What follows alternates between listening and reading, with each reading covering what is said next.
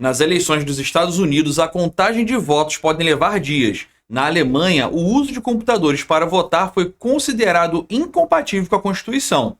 Enquanto isso, aqui no Brasil, apurar os votos de mais de 150 milhões de eleitores levam poucas horas.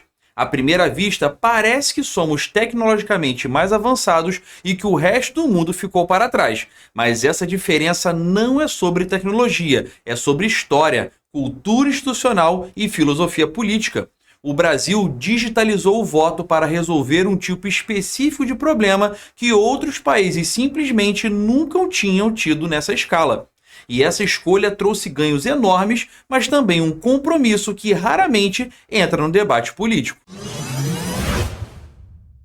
Fala galera, aqui é o Paulo Ribeiro e sempre que chega o período eleitoral, uma pergunta sempre reaparece. Se a urna eletrônica brasileira é rápida, segura e funciona há décadas, por que ela não virou um padrão no mundo inteiro? Existe um contraste profundo entre o modelo adotado no Brasil e modelos das democracias liberais do hemisfério norte. Enquanto aqui o Tribunal Superior Eleitoral centraliza toda a operação das eleições, países como a Alemanha decidiram que o voto eletrônico sem comprovante físico fere em princípios constitucionais básicos. Para entender essa diferença, não adianta discutir apenas software, criptografia ou código-fonte. A resposta está na história. O Brasil não adotou a urna eletrônica para parecer moderno. Ele adotou porque o sistema anterior apresentava falhas estruturais graves. A tecnologia entrou como uma intervenção estatal para resolver um problema de confiança que era específico da nossa trajetória democrática.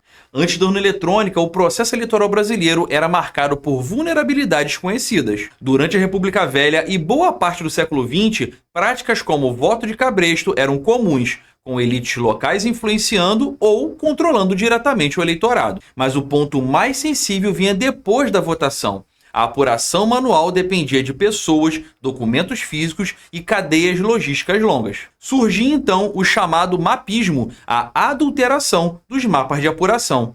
Urnas físicas podiam ser substituídas, votos extraviados e atas alteradas longe dos olhos do público. Nos anos de 1990, o diagnóstico do Estado brasileiro foi direto.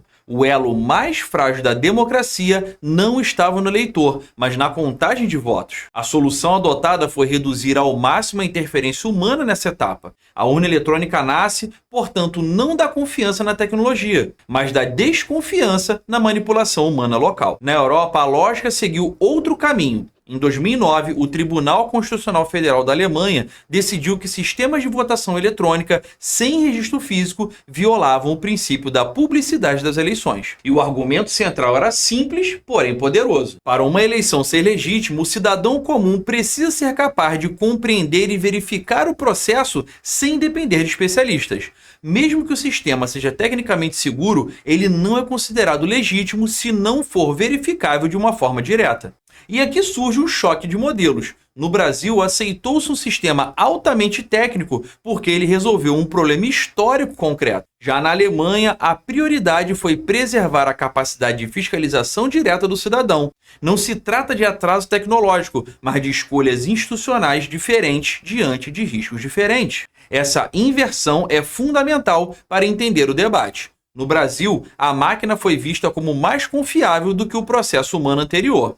Em outros países, a tecnologia é vista como um intermediário que pode afastar o cidadão do controle direto do voto. Outro fato decisivo é o grau de centralização. No Brasil, o Tribunal Superior Eleitoral define o sistema, o software, o hardware e a logística. As eleições são tratadas como uma operação nacional e única, com regras bem padronizadas. Nos Estados Unidos, o modelo é oposto. Cada estado, em muitas vezes cada condado, define como o voto será realizado. Alguns usam cédulas de papel, outros scanner óticos e outros sistemas eletrônicos distintos. Existe uma desconfiança histórica de uma única autoridade federal controlando o processo eleitoral inteiro. Por isso, o modelo brasileiro de urna eletrônica é praticamente inviável no contexto americano.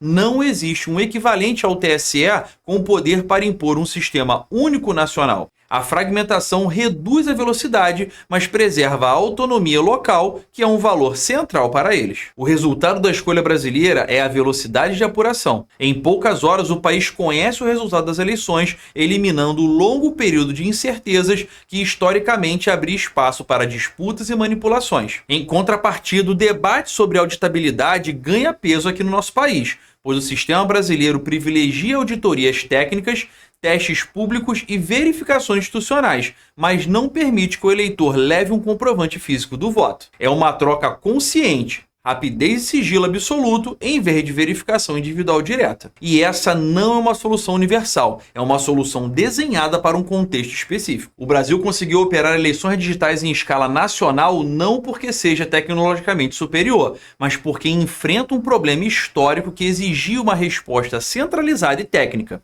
A urna eletrônica brasileira é fruto dessa necessidade. Outros países fazem escolhas diferentes porque têm medos diferentes.